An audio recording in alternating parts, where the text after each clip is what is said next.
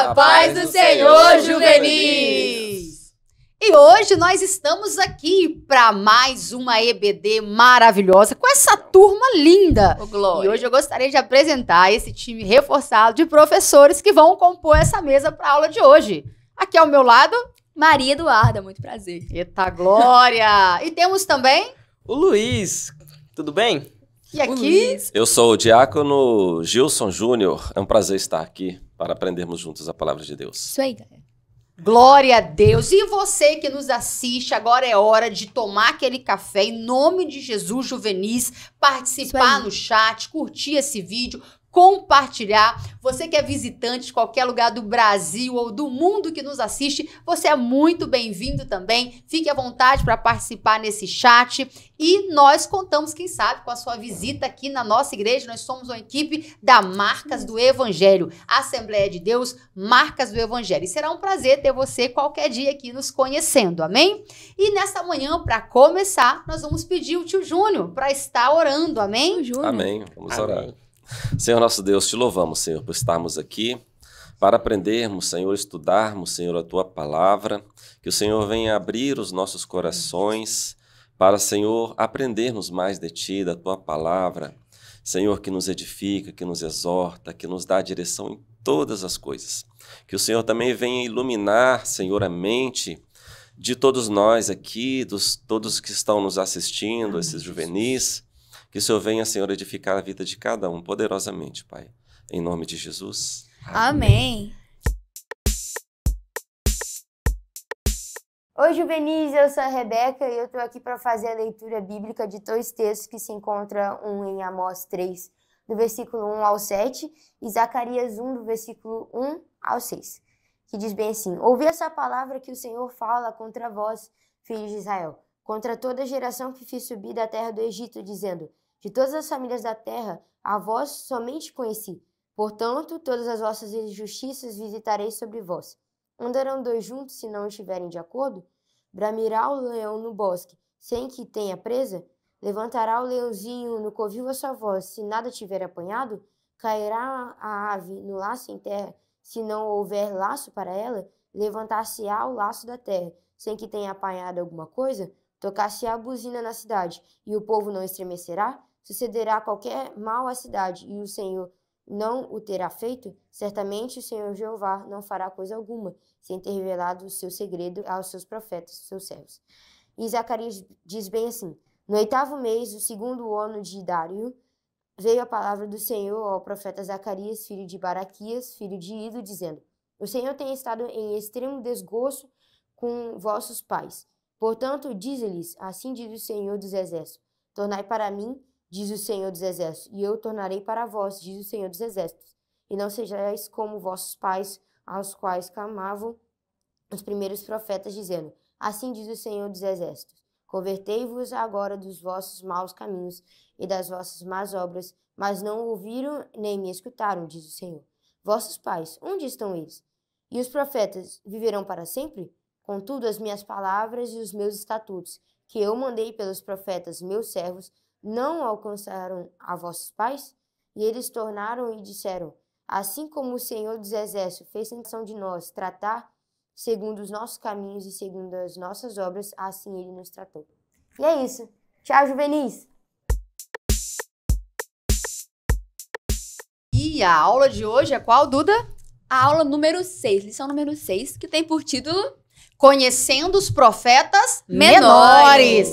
Nós vimos até aqui, né? Até a aula 5, todos os profetas maiores, né? Jeremias, Isaías, Daniel e Ezequiel. E agora vamos conhecer os outros 12, que são os profetas menores.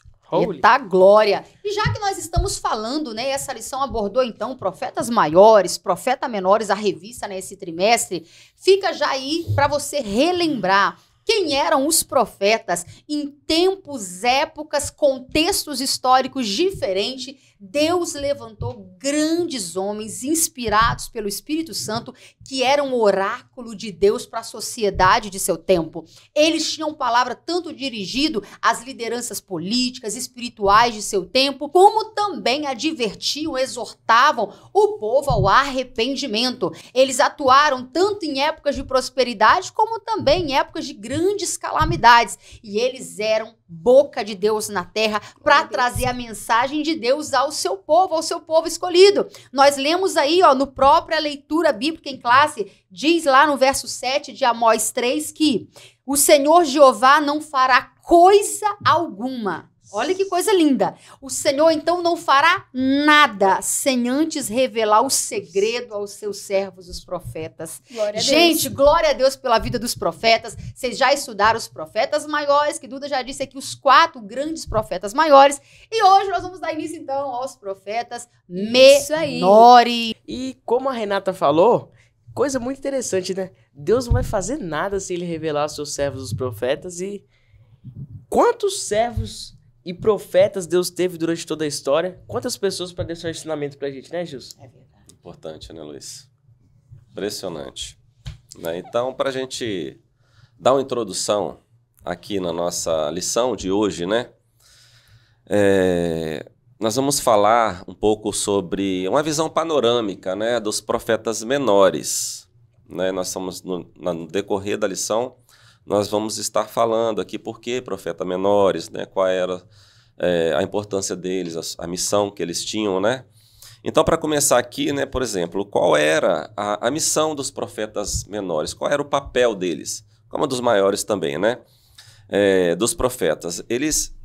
A missão deles era confrontar a classe política, a classe espiritual do povo de Israel e o próprio povo, né? Era o papel do profeta, chamar a atenção do que estava acontecendo, né, no cenário atual que eles passavam. Então, nós conhecemos a história de Israel, né? A Bíblia diz que eles sempre foram um povo rebelde e contradizente, desde lá da saída do povo do Egito. A Bíblia diz que eles sempre erram. Sempre erraram, né? E a Bíblia diz que Deus sempre trouxe, né, os seus profetas para confrontar, para chamar a atenção, né, sobre, principalmente, né, em relação à idolatria, que era um dos pecados assim, terríveis de Israel. A idolatria, a frieza espiritual, né, as imoralidades, várias situações que aconteciam ali no cenário de Israel. Né, Deus tinha os seus profetas para chamar a atenção, confrontando, né, a situação do povo. Né? E também, né, uma aplicação, né, já pessoal para a gente, isso encaixa direitinho com a gente também, entendeu? Quantas vezes nós precisamos ser confrontados, né? Como nós nos encaixamos com a situação, muitas das vezes, que o próprio povo de Israel estava ali praticando. Né? Então nós nos encaixamos com aqueles erros ali de Israel. Né? Então nós temos hoje a palavra de Deus, temos os pastores para estar nos confrontando, né? Para que nós nos arrependamos, né? Que nós possamos olhar o exemplo de Israel, né? Fazer o contrário. E fazer o contrário. Né? E também, né, eles às vezes... A mensagem que Deus queria passar para o povo, ele era representado pela própria vida do profeta, né? Como o caso de Oséias, né? Uhum. Que, né, nós vamos estar falando um pouquinho aqui sobre Oséias também, né? Dando só uma pincelada, né? Que a situação que ele teve que se submeter, né, para ser a mensagem. Não, irmã Renata? É isso aí. Interessante, tio Júnior, voltando um pouquinho atrás para a gente entender que é óbvio que hoje o cânon da Bíblia, o livro sagrado, o texto sagrado está fechado, está concluído. O Espírito Santo vela por essa palavra. Todavia, hoje nós temos também os profetas do Senhor que, inspirados pelo Espírito Santo, na verdade da palavra, exortam ainda o povo de Deus. Então, nossos pastores são profetas na nossa vida, na sua vida aí, meu adolescente, meu júnior, meu juvenil.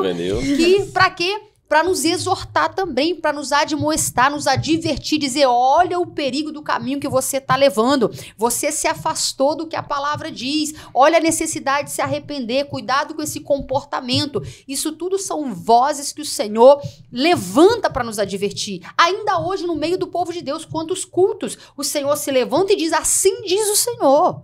O espírito profético, né, que vem. Obviamente não é, como eu disse, do texto bíblico, mas é para dizer que Deus nunca deixou seu povo, na verdade, não só se a orientação da palavra, mas também se a orientação pessoal. A igreja também, os dons espirituais, como eles edificam a igreja nessa questão. Mas o tio Júnior falava aí da experiência, né? Quantos desses profetas, que a gente vai ver que foram 12 profetas, a Duda vai falar daqui a pouco, mas é interessante a gente perceber que como que a vida deles, em alguns casos, como foi de Oséias, ela se tornou a própria mensagem. Já pensou isso, Duda? Pois é. Deus chamou o profeta, uma pessoa simples, e disse assim, olha, você também vai se casar com uma mulher de prostituição. Foi literalmente a profecia. Pensa, a vida dele. Deus dizia o seguinte, olha, eu amo esse povo, eu tenho uma aliança de casamento com esse povo, ainda que esse povo adultere espiritualmente comigo, porque a idolatria era uma forma de prostituição espiritual, era uma forma de adultério espiritual. E quantas vezes não é assim conosco? Deus tem insistido conosco, Deus tem procurado se revelar a nós, culto após culto, vocês dos teens, enfim, e muitas vezes nós estamos ignorando a revelação de Deus para viver nossos pecados. Quantas vezes nós estamos vivendo também uma relação com Deus de prostituição espiritual? Isso acontece nas nossas vidas. Então você veja, esses profetas estão sendo usados por Deus de forma poderosa e muitas vezes eles carregavam na própria vida a dor que havia no coração de Deus. Oséias era a representação humana de um Deus que se via ali perdoando alguém que, embora ele amasse com toda a sua compaixão, com todo o seu amor, Deus os atraía para si, mas eles tendiam a se afastar. Isso é a nossa história, a história do povo de Israel, e Deus, né, continuou esse plano, até que lá na frente mandou Jesus para consumar esse plano de redenção, de busca. E os profetas menores, eles não são conhecidos como profetas menores porque eles eram baixinhos, igual a Duda, mas sim porque eles profetizaram por um curto período de tempo. E o peso do livro dos profetas menores é tão grande quanto dos outros profetas, e tão grande quanto de qualquer outro texto da Bíblia. É o mesmo peso, é o mesmo peso, a mesma importância. E muitas vezes a gente acaba... tem uma história um pouco conhecida, a gente acaba passando, mas há uma riqueza muito, muito grande no livro deles. Como, por exemplo, a vida de Oséias, né? Quanta riqueza, né? Inclusive, a Duda vai falar sobre isso, né, Duda? Sobre essa diferença aí. Por que que, então, eles eram chamados de menores, maiores? Vamos ver, então, mais detalhadamente o porquê que eles são menores. Não é porque eles são baixinhos. E aí, juvenis, tudo bem com vocês? Estamos aqui agora para o nosso momento curiosidade, onde vamos aprender uma curiosidade bem interessante para agregar na nossa aula. E a curiosidade hoje é, por que menores? Vamos saber então por que desses profetas serem chamados de menores. Vamos lá? Bom, a nomenclatura menores deve-se ao fato dos escritos desses profetas comportarem menor quantidade de texto do que os escritos dos profetas Isaías, Jeremias, Ezequiel e Daniel, que são os profetas maiores. Isso então não significa que as suas profecias, os seus escritos, os seus ministérios tenham menos importância doutrinária do que o dos profetas maiores. Outra coisa também que diferencia os profetas menores são a datação em que foram escritos, a diferença entre estilos literários e também a brevidade nos relatos dos fatos. Dentre os profetas menores, há 11 livros, cuja mensagem aborda problemas relacionados à arrogância dos reis e ao destino dos povos ímpios. E outra coisa interessante é que, em contrapartida, o livro de Jonas relata a sua experiência no tocante ao chamado de pregar uma mensagem de juízo e arrependimento a um povo ímpio e cruel. E foi isso, meus caros juvenis. Espero que com essa curiosidade você venha ter entendido o porquê menores. E é isso aí, como o Luiz tinha dito antes, e agora o Lucas falou de novo, os profetas menores são os profetas que têm uma quantidade menor de escritos comparados aos 5 primeiros profetas. Aí, como que eu disse no começo, 4, né? Os 4. Tem lamentações também. Isaías, Jeremias, Ezequiel e Daniel. Então, pela menor quantidade de texto, eles são chamados de profetas menores. Mas isso, como o Luiz disse, não isenta a importância deles. Eles são tão importantes, tão inspirados quanto os profetas maiores. E o que eu gosto muito dos profetas menores, eu gosto muito de Amós, porque Amós ele se refere a um ministério profético como alguém que é amigo de Deus, como alguém que é íntimo de Deus e conhece o que ele vai fazer. Por exemplo, qualquer um de nós, quando a gente tá pra fazer algo muito grande, algo muito legal, ou a gente vai fazer algo que a gente esperava muito, a gente sempre conta para o nosso melhor amigo, para aquele amigo e tal. Não, vou fazer isso, cara. Nossa, eu vou comprar um carro. Nossa, eu vou me casar, eu vou fazer aquilo. Nossa, eu vou fazer uma viagem esse ano. Tal. A gente sempre quer falar as coisas boas que acontecem com a gente. E as ruins também. Quando a gente quer desabafar, poxa, amigo, minha tia morreu, que tristeza, eu fiquei muito triste e tal. E a gente sempre usa esse amigo como alguém para nos desconsolar, pra gente conversar, que a gente quer manter essa comunicação. E Amós, ele fala justamente isso. Deus sempre ele quer manter essa comunicação com o seu povo. Então ele sempre levanta um amigo, a pessoa que é íntima dele, uma pessoa que está distante do pecado, que está próximo dele, para falar, para se comunicar o que está acontecendo. Deus sempre dá esse panorama geral. E a gente tem um exemplo muito legal na Bíblia, que é o primeiro profeta da Bíblia, Abraão, o amigo de Deus.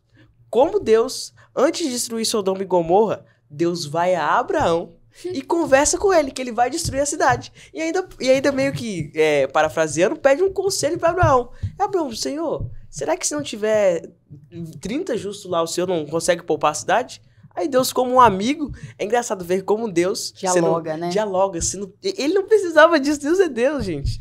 Ele é poderoso, ele é onipotente, mas ele quer dialogar, ele quer ter essa amizade. Aí Deus exatamente isso que é mostrado em todos os profetas, né? Exatamente. E é interessante, Luiz, dentro dessa frase que você colocou, que se você for reparar, né, o próprio lá Mateus 23 e 37, Jesus, quando está adentrando em Jerusalém, ele vai dizer, Jerusalém, Jerusalém, que mata os seus profetas e apedreja os que te são enviados. A gente fala de profetas, os amigos de Deus de fato são homens santos, separados no seu tempo para andar com Deus, mas nunca foram bem recebidos no seu tempo.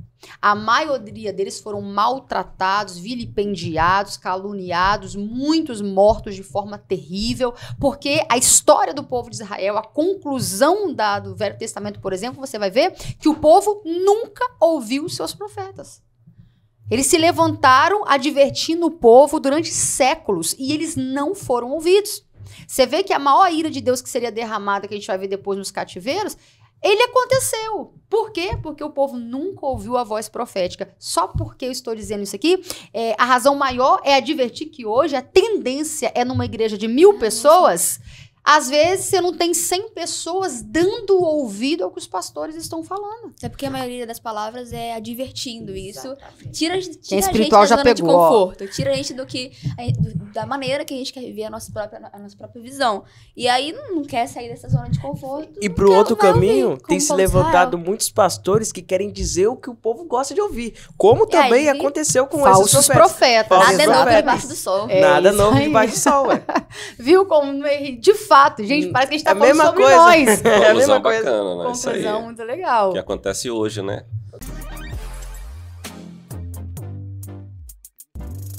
Olá, juvenis. Bom estar com vocês. Vamos pensar um pouco sobre a importância de se conhecer os profetas menores nos tempos atuais. Embora eles estejam distante de nós, né, há mais de 1 milênio, e sejam homens talvez vividos em outra época, mas nós não podemos esquecer, né, a máxima de Salomão. Né? Por mais que o tempo passa, as coisas permanecem as mesmas. O mesmo homem daquele tempo é o mesmo homem de hoje, os mesmos pecados daquele tempo são os mesmos pecados de hoje. E os profetas abordam questões iguais às nossas que vivemos hoje. Primeiro, os profetas abordam, por exemplo, a questão da falta de justiça social por causa do pecado. A gente vive esse problema hoje no mundo e que é um problema de toda a história da humanidade. Nunca um governo vai resolver isso porque isso nasce a partir do pecado. Os profetas tratam, por exemplo, da questão da idolatria. Nós vivemos isso hoje no mundo moderno cada vez mais, como coisas ocupam o lugar de Deus, como outros amores ganham o coração das pessoas e elas se esquecem de Deus. Eles também tratam do perigo, né, das pessoas viverem na prática do pecado e isso atraírem os juízos de Deus.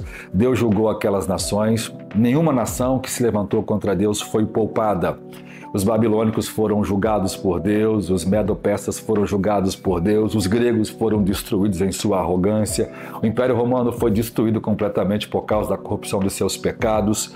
Historicamente, aqueles estados e países dos tempos dos profetas caíram como o Egito, como a Síria, como Moabe, como o próprio Israel, como as nações vizinhas, né, que estavam ali, a Síria e tantas outras, todos eles caíram porque viveram uma vida na prática do pecado, mostrando que Deus não tolera o pecado, seja ele na igreja, no mundo ou em qualquer época da história. E todos eles abordam temas interessantes, né, pelos quais a gente precisa aprender e crescer. Então eles são como faróis que nos conduz a Jesus Cristo, que nos mostra a importância de obedecer à palavra de Deus e os seus mandamentos, nos mostra o perigo da gente amar o mundo e desprezar a lei de Deus, nos mostra o perigo da gente ser seduzidos pelas coisas do mundo. Todos eles mostram, né, a opção de homens piedosos, como eles mesmos profetas que decidiram amar a Deus e rejeitarem o pecado em suas vidas. Eles mostram como Deus, por exemplo, Obadias, né, mostra como Deus julgou Edom, porque desprezou o povo de Deus quando estava sendo julgado por Deus em seus pecados, e depois Deus vai julgá-los. Jonas fala como Deus dá oportunidade a Nínive para se converter e as pessoas possam conhecer a Jesus Cristo. Abacuque faz como Deus pode trazer avivamento a seu povo, mesmo quando seu povo já está completamente destruído por causa de seus pecados. Zacarias mostram que Deus, né, pode retornar e restaurar Israel e trazer as suas bênçãos para um povo que vai amá-lo com a igreja e os judeus restaurados.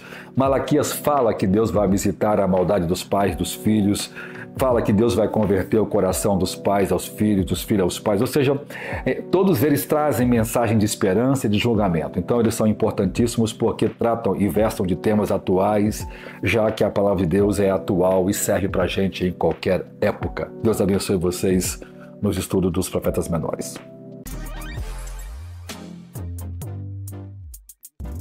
São poucos profetas nesses últimos dias, homens e mulheres de Deus, que de fato não vão negociar. Então hoje, por conta da fama, por conta da aceitação, de curtidas, de seguidores, as pessoas estão vendendo a mensagem, adequando a mensagem de acordo com o que agrada ao público. Inclusive, Duda, hoje a gente está falando desse tempo, mas qual foi o tempo, hein, histórico que esses profetas falaram? Vamos lá então para o tópico 2.1, que fala sobre o período de atuação dos profetas menores. Bom, a gente não tem uma data bem estabelecida, mas é possível atribuir aproximadamente a datação de alguns deles. Bom, o período de atuação foi entre o século 8 e 5 a.C. E aí tem as divisões. Oséias, Amós e Miqueias foi no século 8. Naum, Abacuque e Sofonias no século 7. Joel, Obadias, Ageu, Zacarias e Malaquias foi do século 6 ao século 5 a.C. Lembrando também que a ordem que tá descrita na Bíblia não é necessariamente cronológica. Tirando os últimos 3, que é Ageu, Zacarias e Malaquias, que foram os que pregaram depois do cativeiro babilônico. Isso aí. E falando em cativeiro, ele é considerado o maior divisor de águas, assim, né? Divisor para nos situar nos anos de atuação desses respectivos homens e os seus ministérios. Isso por um motivo muito claro, Duda. Porque quando os profetas se levantaram e o povo de Israel se apostatou da fé, desviou dos caminhos do Senhor, profetas se levantaram. Isaías se levantou, mais de 100 anos antes, né, de Jeremias, por exemplo, começou a advertir o povo. A história secular diz, na história paralela, que ele foi cerrado ao meio, mas se levantou já conclamando o povo ao arrependimento e dizendo que se o povo não se arrependesse, viria um juízo forte da parte de Deus. E esse juízo viria do norte, ou seja, era a Babilônia que estava sendo levantada como vara de Deus para corrigir o seu povo. O povo de Israel, é importante dizer, que depois que eles ficaram, né, na escravidão do Egito, o maior pavor para eles era falar de cativeiro. E Deus estava dizendo: eu chamei vocês, entreguei vocês uma terra prometida, cumpri a promessa. Mas se vocês me desonrarem, cumprindo tudo que eu disse que era maldição, que não era para fazer, vocês estão fazendo. Vocês estão fazendo, inclusive, pior do que as nações que eu lancei fora de vocês, que eu expulsei para vocês habitar na terra delas. Então, o que aconteceu? O cativeiro, por que ele é um marco divisor? Porque ele é o cumprimento das profecias de juízo. Isso. O povo não ouviu. O que Deus fez? Entregou o reino norte ao cativeiro assírio e entregou o reino sul ao cativeiro babilônico. O povo de Deus foi extinto enquanto nação. ficou sem território, sem condição, sem reino davídico estabelecido, ou seja, um tempo de dinastia foi ali cortado nesse tempo e o povo foi levado para fora, para uma terra longínqua, fora dos seus costumes, da sua lei, ou seja, isso era a mão de Deus, a vara de Deus para corrigir seu povo. E vocês, juvenis, como profetas de Deus, sempre vai haver essa rejeição. Por exemplo, ela acabou de falar de Isaías. Ninguém ouviu, ué. O povo acabou indo pro inferno, digamos assim. O povo acabou sofrendo juízo porque eles não quiseram ouvir. E Isaías, como ele foi, morreu. Ele foi cerrado ao meio. Não aceitaram a palavra. Então, quando você vai falar sobre Deus na sua escola, na sua família, em todo lugar, as pessoas não vão aceitar. As pessoas vão tratar você com chacota. As pessoas vão cuspir na sua cara. As pessoas vão rir. As pessoas vão falar que você é um mentiroso, que não tem nada disso, que você tá errado.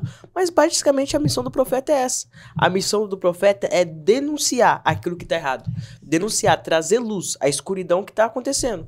E, geralmente, quando essa pessoa traz luz, traz essa denúncia, as outras pessoas que não querem se consertar, não querem ver a luz, não querem mudar os seus caminhos, não querem se renunciar aos seus pecados, querem continuar nas mesmas vidas, elas não vão aceitar nunca. E o interessante também, né, falando da mensagem do profeta, ele basicamente tinha 2 focos. O primeiro era denunciar a situação do povo. O segundo é mostrar as consequências. Né? Que interessante. Para convocar o arrependimento. Para convocar o arrependimento. Ó, vocês estão fazendo isso, está errado.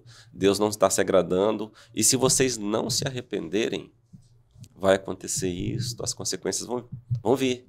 Não é isso mesmo? É verdade. E as consequências vieram, né? E vieram, né? E vieram. E né? danosas. O cativeiro foi... 70 anos. 70 anos e...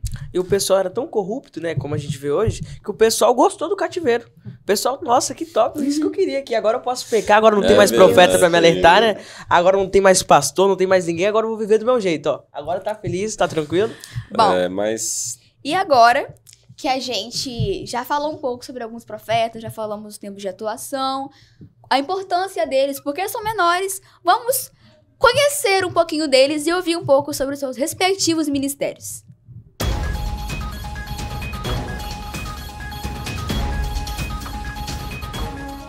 Olá, juvenis, bom dia! Estou aqui para uma entrevista, edição especial com alguns dos profetas menores. Glória a Deus! Sendo que o menor só tem eu. Bom, nosso primeiro profeta aqui é o profeta Jonas. Muito prazer, Jonas. Eu sou aqui a Maria Eduarda. E conte pra nós como foi um pouco a história do seu ministério. Então, seguinte, tava tranquilo na minha, Deus manda eu pregar pro manto de desvairados. Eu que tava tranquilo, não precisava disso. Pessoal sujo, Deus manda eu ir pra lá. Aí eu desobedeço a Deus, vou pro lado contrário, vou pra Tarsis, que é uma cidade legal. Aí eu vou parar na barriga de um peixe, do nada. Aí eu fico pensando, tive que me arrepender, saí da barriga do peixe, adivinha onde o peixe me cuspiu? Não, em Nínive. Em Nínive. Eu cheguei lá muito contristado pelo que Deus tinha feito comigo. Preguei pra eles e adivinha o que aconteceu? Eles se arrependeram. Glória a Deus, Jonas. É, glória a Deus, né? Mas é porque, querendo ou não, Deus é um Deus de remissão. Exatamente. A gente peca, a gente erra, mas se a gente se arrepender de verdade, Ele traz salvação. Glória a Deus, porque Nínive se converteu, né, Jonas? Glória a Deus. Glória a Deus. Obrigada pela história do seu ministério. Aleluia. Foi o primeiro avivamento da Bíblia. Eu fui o primeiro profeta a pregar para os gentios também. E agora estamos aqui com o profeta Joel. Joel. Ele tá mais moderno, mas ainda assim é um profeta menor. Finalmente achei um profeta menor. Mas amém. Joel, conte pra nós um pouco como foi a história do seu ministério, o seu chamado com Deus. Bom, o dia do Senhor foi revelado a mim por meio de uma praga de locustas, que é aqueles gafanhotos lá do Egito. E a minha principal missão era chamar o povo para se arrepender e também anunciar o derramamento do Espírito e a restauração de tudo aquilo que o povo tinha perdido. E agora você vai citar Joel 2:28 de cor. E há de ser que nos últimos dias derramarei o meu Espírito sobre toda a carne, e os vossos filhos e filhas profetizarão, os vossos velhos terão sonhos, e os vossos jovens terão visões. Glória a Deus, aleluia. E agora estamos aqui com o profeta Oséias. Isso aí. Oséias, conte pra nós um pouco como foi o seu chamado ao sofrimento. Então, a minha missão incluía casar com uma prostituta e gerar filhos com ela. E assim, eu tinha que amar e perdoar ela quantas vezes ela me traísse. Da mesma forma que eu tive que casar com uma prostituta, a prostituta, a Gomer, minha esposa, né, representava o povo de Israel, que representa a pecaminosidade e a injustiça que eles estavam completando comigo. E a minha principal palavra é motivada pelo amor que eu tenho pelo povo de Israel, pelo povo que Deus escolheu. E assim, para Deus restaurar a vida do meu povo. Glória a Deus pela história do seu ministério, Oséias. Deus abençoe e obrigada pelo seu testemunho. Amém, glória a Deus! E agora, como último exemplo de profeta menor, trouxe para vocês o profeta. Miqueias, Pai do Senhor, pessoal, tudo bem? Glória a Deus pela sua vida, Miqueias. Conte um pouco para nós, então, do seu ministério descrito na Bíblia. Claro. Então, Deus me chamou para poder evangelizar para os povos de Israel e Judá sobre a falsa justiça que eles estavam tendo na religião. Inclusive, nos templos de Deus, na casa de Deus, ele estava fazendo isso. Você acredita nisso? E eles também estavam sendo muito injustos na política do povo. E é claro que isso ia pesar contra eles. E foi exatamente isso que Deus fez eu fazer, para poder fazer com que eles se arrependessem, para que o juízo de Deus não caísse sobre eles.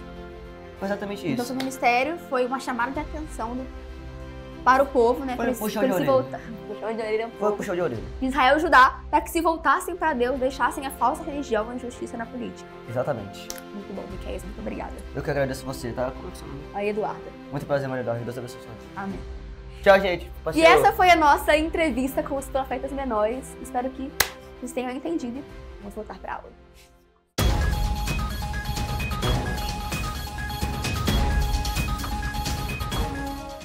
Glória a Deus! Pudemos ver aí então um pouco sobre a vida dos profetas. E agora vamos pincelar um pouquinho mais sobre alguns deles que não foram falados aí também. Gente, como são 12 profetas, Duda, você sabe aí quem são os 12 profetas Eu menores? sei, eu sei de cor. Vamos Quem ver. sabe, fala comigo. Vamos ver. São 12. Oséias, Joel, Amós, Obadias, Jonas, Miqueias, Naum, Abacuque, Sofonias, Ageu, Zacarias e Malaquias. Eita! Aê!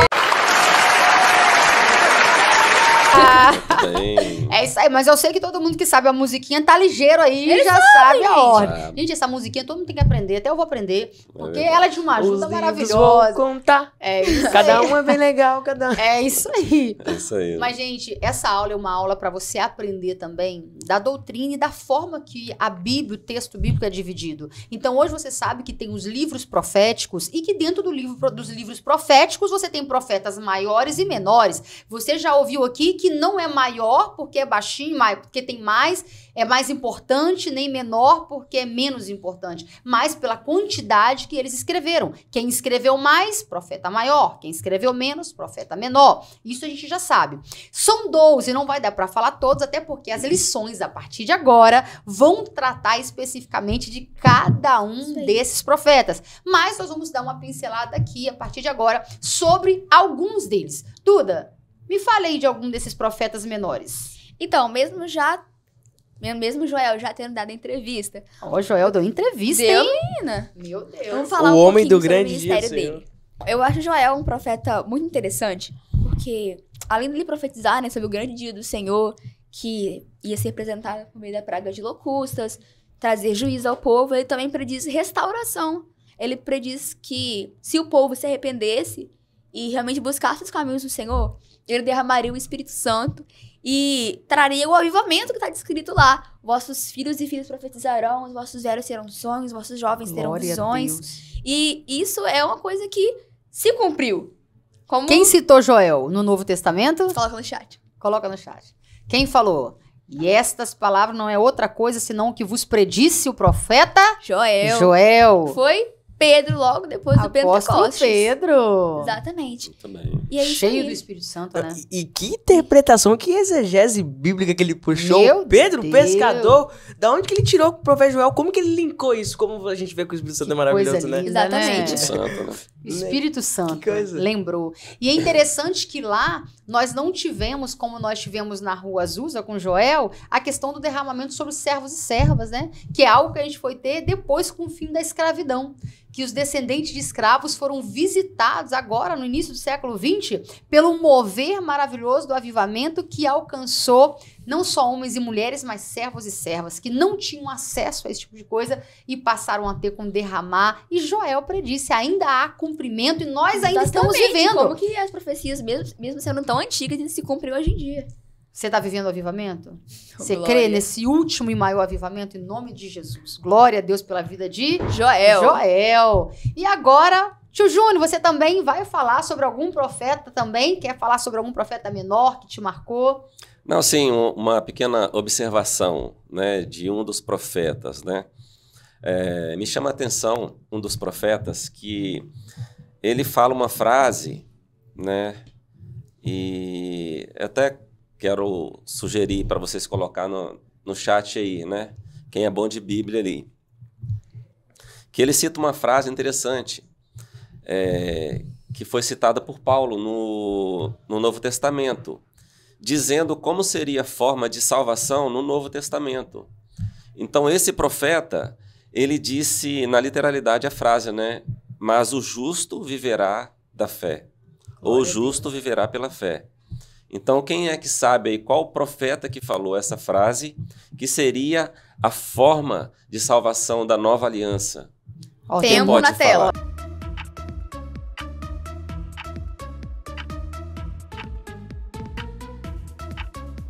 Vamos ver, Pois hein? quem falou, deu um Google aí, pesquisou, né? É o profeta Abacuque. Né? O profeta Abacuque já dizia que o justo viverá da fé. Por quê, né?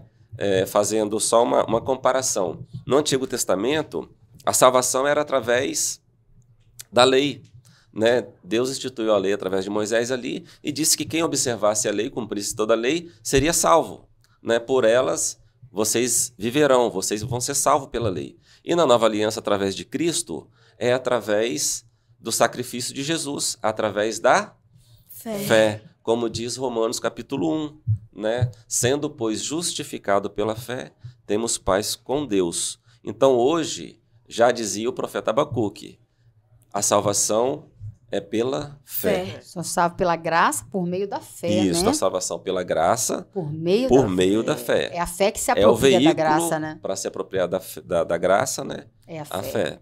E Luizinho, e o profeta Fujão? Sei que você tem uma afeição por Jonas. Será que o Luizinho anda fugindo aí, gente? Me fala um pouco aí, resumidamente, sobre Jonas. Muito legal que Jonas era um galileu, né?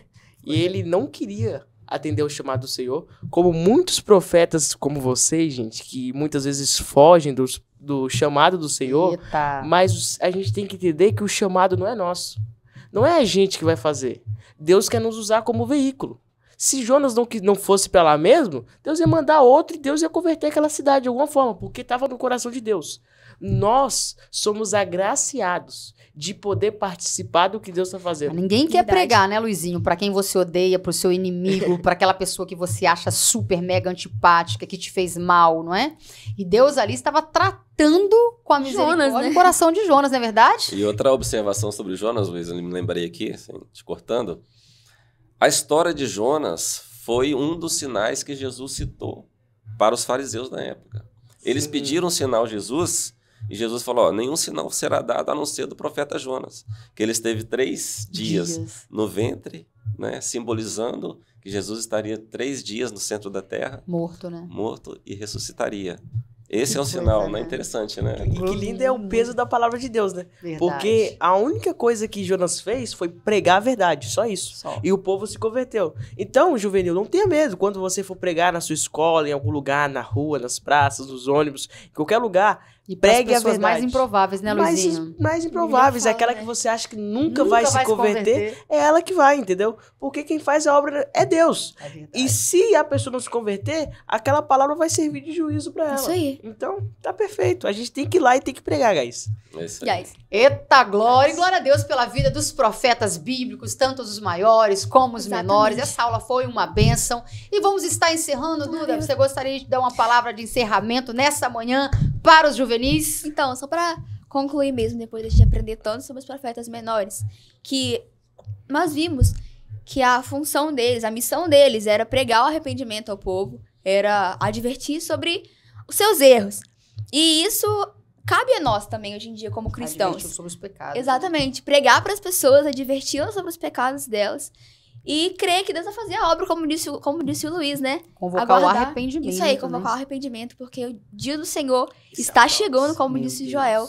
Nosso Senhor está voltando e nós precisamos chamar as pessoas ao arrependimento para que elas possam ir para o céu também, né? E essa é a nossa missão como cristãos. Amém. E agora, nosso momento de ofertório, né? Eu quero aproveitar a oportunidade e tem um dos profetas menores que tem um texto assim, é claro que é o mais famoso, mais citado, mas ele é maravilhoso, né? Se nós apropriarmos pela fé do que falou o profeta Malaquias, um dos profetas menores, né? Verdade. Sobre a oferta, né? Malaquias 3:10, olha só o que diz. Trazei todos os dízimos à casa do tesouro, para que haja, está falando dízimo aqui, né? Mas a gente pode, né, colocar a oferta também, né? Para que haja mantimento na nossa casa e depois fazer prova de mim. Diz o Senhor dos Exércitos, se eu não abrir a janela do céu e não derramar sobre vós uma bênção tal, que dela vos adivinha a maior abastança. Então aqui temos uma promessa no profeta Malaquias, né? Que Deus tem bênção para aquele que oferta, tem um coração, né, deliberado, né, para ofertar, né, na casa do Senhor, né, crendo, né, que Deus tem bênçãos para aquele que tem um coração liberal. Para ofertar ao Senhor, é uma forma de adoração também, Isso né? aí. De adoração, uma forma, a Bíblia fala, né, que Deus ama aquele que dá com alegria, né? Então nós vamos, no momento de ofertar, temos aí todos os nossos dados aí, que Deus venha abençoar a vida de vocês. Também quero te convidar a fazer parte, se você ainda não é um dos 1000 valentes, que nós estamos juntando pessoas, né, para arrecadar o dinheiro. Valentes. Várias pessoas não valentes, para comprarmos esse espaço aqui. Nós estamos reunindo hoje, né, pessoal? Então, Espaço maravilhoso que tá passando Pois na é. tela, né, Duda? Amém. fiquem com as ofertas. Amém. Tua palavra é uma semente, meu coração é uma terra boa. Então Deus, faz essa semente brotar. Deus, faz ela crescer, germinar. O teu espírito convence, vou editar o meu comportamento, deixar o velho homem pra trás e aquelas coisas de criança. Eu vou crescendo, absorvendo, desenvolvendo amor em Deus. Vou crescendo, absorvendo, desenvolvendo amor em Deus. Vou crescendo, absorvendo, desenvolvendo amor em Deus. Vou crescendo, absorvendo em Deus, em Deus.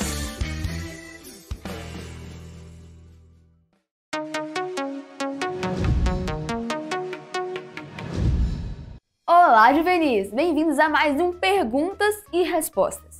Vamos ver se vocês realmente prestaram atenção e aprenderam tudo o que a lição trouxe a nos ensinar. Bom, questão número 1. Essa é fácil. Por que os profetas menores eram chamados de profetas menores? Letra A, porque eram mais baixos que os outros. Letra B, porque foram escritos depois dos profetas maiores. Ou alternativa C, porque eles escreveram menor quantidade de texto. Tempo na tela.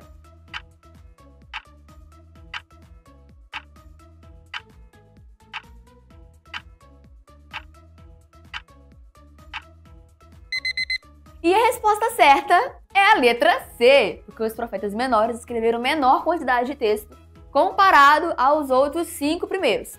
Questão número 2. Qual era a missão dos profetas menores? Anunciar a aprovação de Deus para com Israel? B. Advertir o povo sobre a má conduta religiosa e política? Ou C. Apenas escrever as profecias que lhes eram reveladas? Tempo na tela.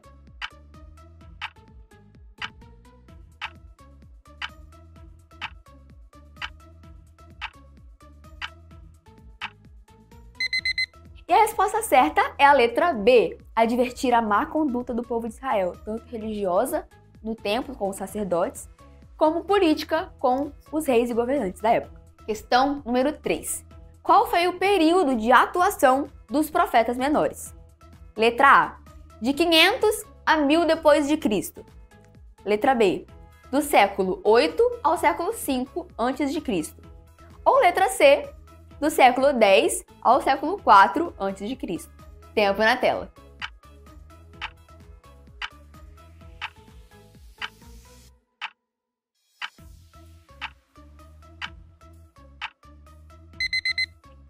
resposta certa é a letra B, do século 8 ao século 5 a.C. E por último, questão número 4. Quais profetas profetizaram após o cativeiro babilônico? Letra A, Ageu, Zacarias e Malaquias. Letra B, Sofonias, Miqueias e Naum. Ou letra C, Oséias, Jonas e Malaquias. Tempo na tela.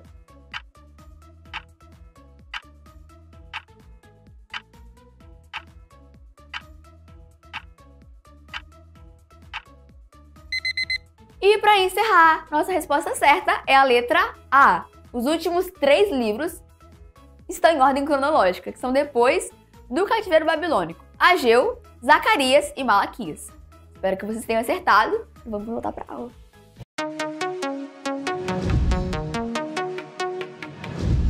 Estamos encerrando a nossa aula de hoje com esse time maravilhoso que o Senhor nos permitiu estar aqui. Foi um prazer, Juvenis, estar com vocês, né, pessoal? Isso aí, Amém. gente. Com certeza. Uma honra. Um tempo glorioso aprendendo sobre os profetas menores, grandes homens de Deus, que até hoje a voz deles ecoa em nossos corações através do que eles deixaram escrito. Escreveram pouco, mas escreveram profundo. Porque quando o Espírito Santo fala, pode ser pouco, mas é poderoso. Glória a E Deus. para encerrar a nossa aula, eu gostaria de chamar nosso convidado, Luizinho, para estar orando nessa manhã. Vamos lá, então. Senhor, obrigado, Senhor, por tudo que o Senhor tem feito. Obrigado por a tua palavra que é tão maravilhosa, que até hoje serve, Senhor, para iluminar nossa mente, nosso coração e direcionar nossos caminhos, ó Pai. Obrigado, Senhor, por tudo que o Senhor tem feito, por essa aula maravilhosa e que os ensinamentos dessa aula venham ficar gravados nos nossos corações, ó Pai. Agradeço pela vida de cada visitante, de cada pessoa que esteve presente, em nome de Jesus. Amém. Amém. Tchau, Juvenis. Glória a Deus. Tchau, guys. Deus abençoe.